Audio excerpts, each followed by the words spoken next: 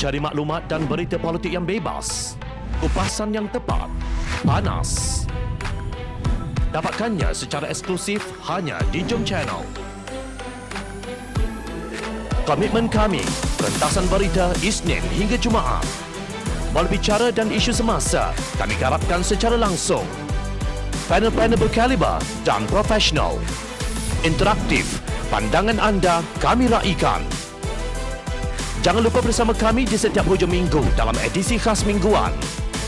Jom Channel, moving forward, sharing a new experience.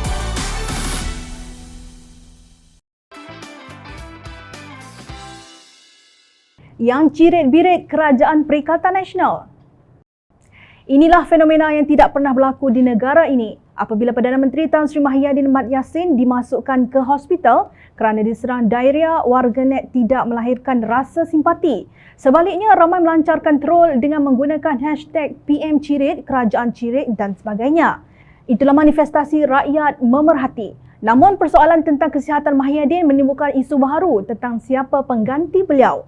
Hashtag Kerajaan Cirit menyiratkan tentang perasaan rakyat yang sudah tidak tahan dengan usaha kerajaan untuk membawa Malaysia keluar dari COVID-19.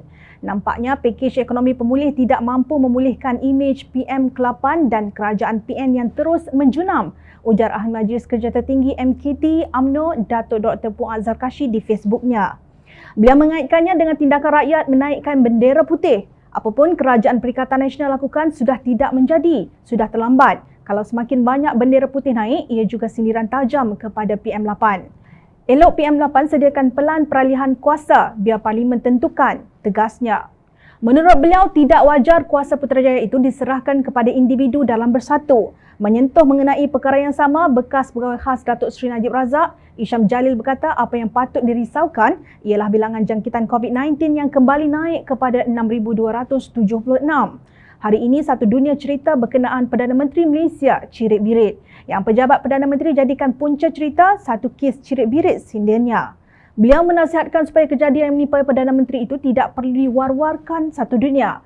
Lain kali tak perlulah buat kenyataan rasmi umum Perdana Menteri kena cirit-birit kepada satu dunia dan jadi bahan. Tak perlu terkenalkan negara kita dengan sebab yang salah. Seriously, tegasnya.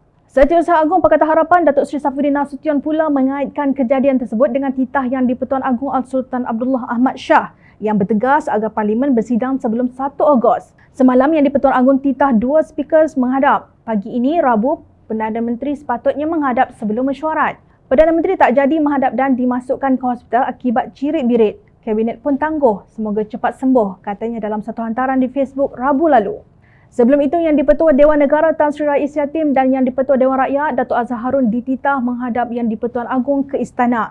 Menurut mereka, Yang di-Pertuan Agong bertegas dengan titah baginda dan Raja-Raja Melayu bahawa Parlimen mesti bersidang sebelum proklamasi darurat tamat pada 1 Ogos. Kedua-dua Yang di-Pertua Dewan Negara dan Dewan Rakyat serta timbalan-timbalan Yang di-Pertua Dewan Negara dan Dewan Rakyat menjunjung titah Seri Paduka Baginda Yang di-Pertuan Agong dan telah menyatakan komitmen dan kesediaan penuh Parlimen Malaysia untuk mengadakan persidangan Parlimen seperti yang dititahkan oleh Baginda Tuanku. Titah Yang di-Pertuan Agong pada majlis menghadap tersebut juga telah dimaklumkan kepada Perdana Menteri dan adalah dicadangkan kepada Perdana Menteri agar satu persidangan khas diadakan sebelum 1 Ogos 2021 mengikut peruntukan-peruntukan undang-undang sedia ada menurut kenyataan itu.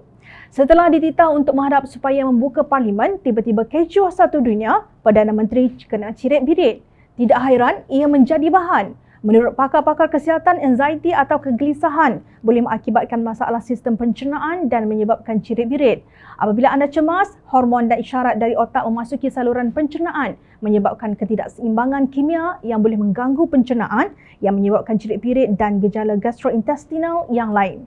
Nah, itukah masalahnya? Tetapi sebenarnya yang cirit-birit itu ialah Kerajaan Perikatan Nasional kerana dilanda kegelisahan setelah apa yang dirancang semua tak menjadi.